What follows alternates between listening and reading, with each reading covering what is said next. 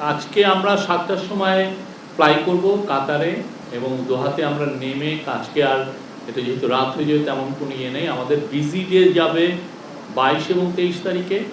22-23 তারিখে আমাদের অন্যতম স্যারের মূল যে প্রোগ্রাম সেটা হচ্ছে আটতানা সম্মেলন। আপনি জানেন এটার মূল আয়োজক কাতারের রয়্যাল ফ্যামিলি। এটার মানে শাইখা হিন্দ এটা মূল এটার আয়োজক। উনি আমিরের বোন এবং আমিরের মা যিনি শাইখা মৌজা খুবই ইনফ্লুয়েন্সিয়াল, আরব ওয়ার্ল্ডে উনি খুব ইনফ্লুয়েন্সিয়াল একজন নেত্রী ছিলেন এবং ওনার কাতারের আমিরের মানে আগের যিনি আমির ছিলেন তার ওয়াইফ, উনিও ওনার সাথেও স্যারের দেখা হবে। এবং কাতারের ডেপুটি প্রাইম মিনিস্টারের সাথে স্যারের কলন আছে।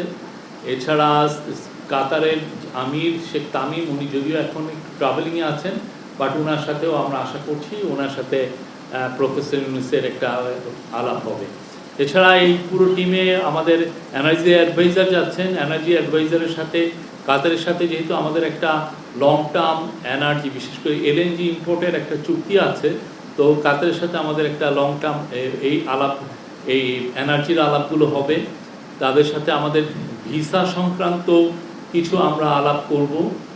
আর অন্যান্য যেগুলো বিষয় তাদের কাতারের সাথে আমাদের কিভাবে ইকোনমিক কোঅপারেশন বাড়ানো যায়, সেক্ষেত্রে একটা বড় বাণিজ্য সম্মেলন হবে, বিশেষ করে ইনভেস্টমেন্টের জন্য। কাতারের যারা লিডিং ইনভেস্টর তারা থাকবেন সেই সম্মেলনে, সেটা 23 তারিখে, এবং সেইখানে আমরা আশা করছি যে আমরা ভালো কিছু রেসপন্স পাবো। এছাড়া অন্যান্য যেগুলো মিটিং আছে সেগুলো আমি অত ডিটেলস বলছি না। কাতার চ্যারিটির সাথে, কাতার ফাউন্ডেশনের সাথে, এদের সাথে মিটিং আছে। এবং স্যারকে আল জাজিরা, আপনি জানেন ওয়ার্ল্ডের খুব নাম করা টিভি স্টেশন, তারা স্যারকে ইনভাইট করেছেন তাদের হেডকোয়ার্টারে যাওয়ার জন্য। সেখানে স্যারের তারা 1-to-1 একটা ইন্টারভিউ নেবেন। এবং এছাড়া ওনার আরও কিছু এঙ্গেজমেন্ট আছে, অনেক কিছু মিটিং আছে। আর একটা খুব ইম্পর্টেন্ট বিষয় হচ্ছে যে কাতারের প্রায় 2.5 ঘন্টা ব্যাপী একটি রোহিঙ্গা ক্রাইসিসের উপরে একটা বড় সম্মেলন আছে। এই সম্মেলনে আমাদের বাংলাদেশি আমাদের চিফ অ্যাডভাইজার এতে নেতৃত্ব দিবেন, বাট এখানে গ্লোবালি যারা এই রোহিঙ্গা ক্রাইসিসের সাথে অনেকেই তো সম্পৃক্ত, যারা এটা নিয়ে কনসার্ন, তাদের অনেকে থাকবেন।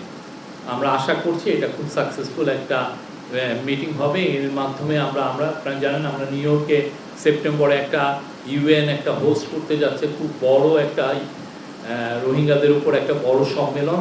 সেটারই প্রস্তুতি, প্রাক প্রস্তুতি শুরু এই সম্মেলনটা, 2.5 ঘন্টার এই যে সম্মেলনটা, এটা খুব ইম্পর্টেন্ট। আমরা আশা করছি যে রোহিঙ্গা বিষয়ে তো আমাদের কিছু প্রোগ্রেস হয়েছে।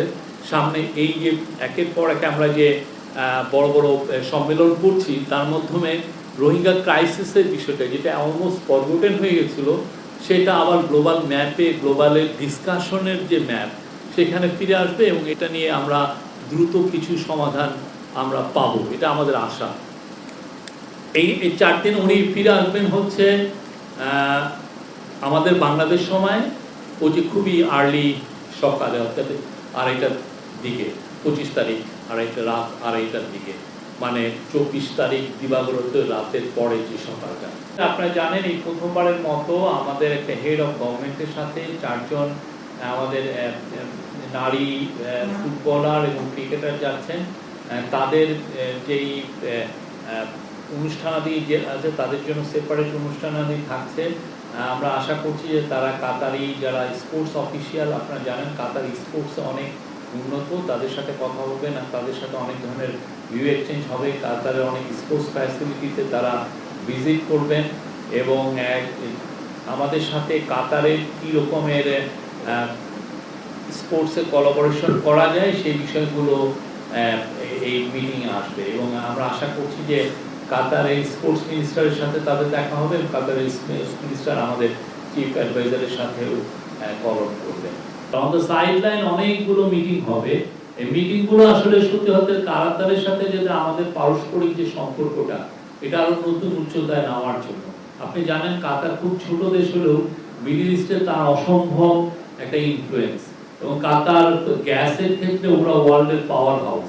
তো আমরা চাই কাতারের সাথে আমাদের সম্পর্কটা আরো সুদৃঢ় হোক, আমরা যাতে তাদের সব ধরনের এনার্জি কোঅপারেশন করতে পারি এবং তাদের থেকে আমরা প্রচুর ইনভেস্টমেন্ট বাংলাদেশে আনতে পারি এবং কাতারের যে শ্রম বাজার সেখানে যেন আরো বাংলাদেশি যুক্ত হতে পারেন, এগুলো আমাদের ইচ্ছা। এবং এই বিষয়গুলো অনেকগুলো মিটিং হবে এবং আমাদের এই কথাগুলো বারবার আমরা বলবো। যারা যারা এই অভিযুক্ত, যাদের বিরুদ্ধে বড় রকমের করাপশনের আছে, খুনের মামলা আছে, তাদের সবার ব্যাপারেই আমরা সিরিয়াস এবং প্রত্যেককেই আমরা ইভেনচুয়ালি আমরা প্রত্যাবর্তন চাবো। তাদেরকে বাংলাদেশের আইনকে ফেস করতে হবে, তাদেরকে আইনের আওতায় আনা, সেটা আমাদের কেন, আমি মনে করি আমাদের পরবর্তী যে কোনো গভর্নমেন্ট সবার জন্য এটা একটা নৈতিক দায়িত্ব। আমরা আমাদের কাজটা খুব ভালোভাবে করব এবং আমরা আশা করব যে আমরাই যেন কাজটা একটা শেষ করে যেতে পারি। আর যদি আমরা এটা আমাদের সময়ে না করতে পারি, আমাদের নেক্সট জেনারেশন, আমাদের যারা নেক্সট গভর্নমেন্ট আসছে তারাও এই কাজটাই করবেন। কেননা এরা বাংলাদেশের মানুষের টাকা চুরি করে নিয়ে বাইরে যে মৌজ ফুর্তি করছেন, অবশ্যই আমরা তো তাদেরকে ফেরানোর একটা আমাদের এটা একটা নৈতিক দায়িত্ব এবং এই কাজটা আমরা করব।